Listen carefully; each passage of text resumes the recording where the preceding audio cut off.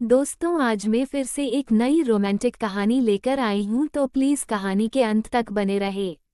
मैं राकेश, उम्र 34 साल, अपनी पत्नी के साथ इंदौर में रहता हूँ। हमारी शादी को 6 साल हो चुके हैं और हम दोनों एक सुखी जीवन जी रहे हैं।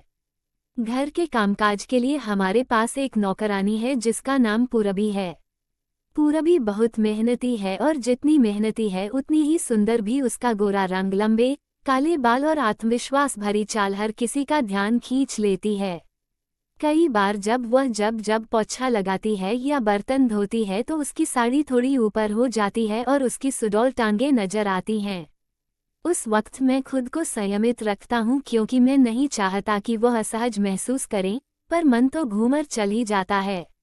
आज की बात है। मेरी पत्नी ने कहा कि उसकी माँ ने उसे बुलाया है और उसे 4 दिन के लिए मायके जाना होगा। मैंने पूछा, मेरे खाने पीने का क्या होगा? वह बोली, पूरबी है ना, वह सब संभाल लेगी। मैंने कहा, उससे पूछ लो, कहीं कोई परेशानी ना हो। पत्नी ने पूरबी को बुलाया और कहा, पूरबी, क्या तुम 4 दिन रात का खाना बना सकती हो? पूरबी बोली, बना दूंगी मैडम, पर कुछ एक्स्ट्रा चार्ज लगेगा। मेरे पति मुझे शाम को घर से जाने नहीं देते। पत्नी ने तुरंत कहा, कोई बात नहीं, तो मैं रात के 500 रुपये एक्स्ट्रा मिलेंगे। इतना कहकर पत्नी ने सामान पैक किया और मायके चली गई। अब घर में सिर्फ मैं और पूरबी थे। मैंने कहा, मुझे आज का खाना तो हो जाएगा, पर कल से रात को भी आना पड़ेगा।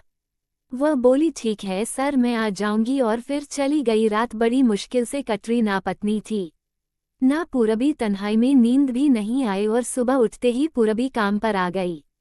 मैंने कहा, चाय नाश्ता बना लो और तब तक नहा लेता हूँ। वह मुस्कुराकर बोली, ठीक है सर, आप तैयार हो जाए, मैं नाश्ता बना देती हूँ। मैं तौलिया लेकर बाथरूम चला गया। नहाने के बाद जैसे ही बाहर आया, पूरबी, मेरे कपड़े कहाँ है?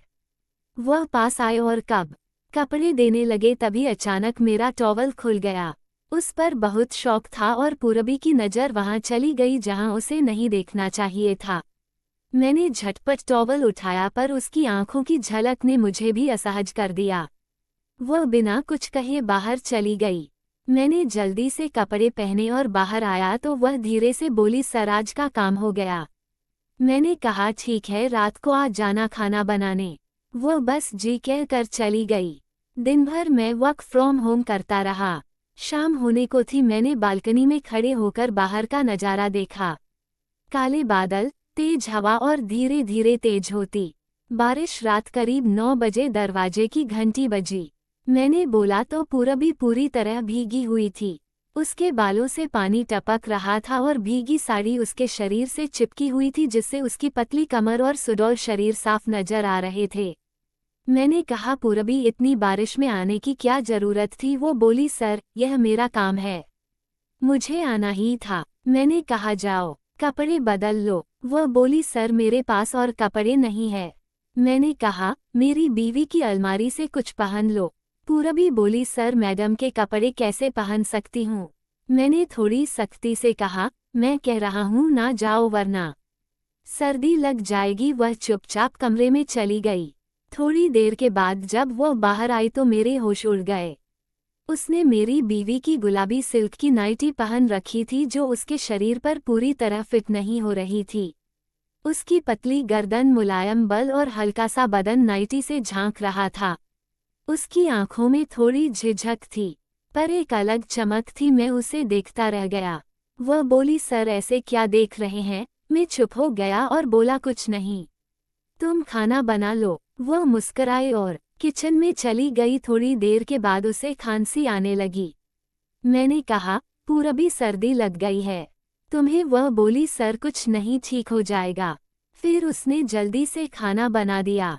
मैंने खाना खाते हुए कहा, खाना बहुत अच्छा बना है पूरबी, अगर तुम्हें और पैसे कमाने हैं तो एक रास्ता है। होली, कैसा रास्ता सर? मैं उसकी आंखों में देखा और कहा, आज की रात तुम्हें मेरा सहारा बनना होगा। वह बोली, कुछ नहीं बोली। मैंने कहा, पूरबी, आज की रात सिर्फ हमारी है। जैसे बारिश रुकने का नाम नहीं ले रही है, वैसे ही ये पल भी नहीं रुकना चाहिए। समझ रही हो ना मैं क्या कह रहा हूँ? थोड़ी देर चुप रही, फिर बोली, पर सर, ये है तो गलत ना? मैंने कहा तो तुम क्या चाहती हो? वह बोली मैं ज़्यादा पैसे कमाना चाहती हूँ।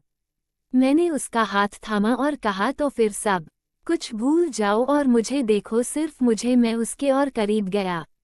उसकी सांसें तेज हो रही थी। उसकी आंखों में अब इसके साथ काम और चाहत ज्यादा थी।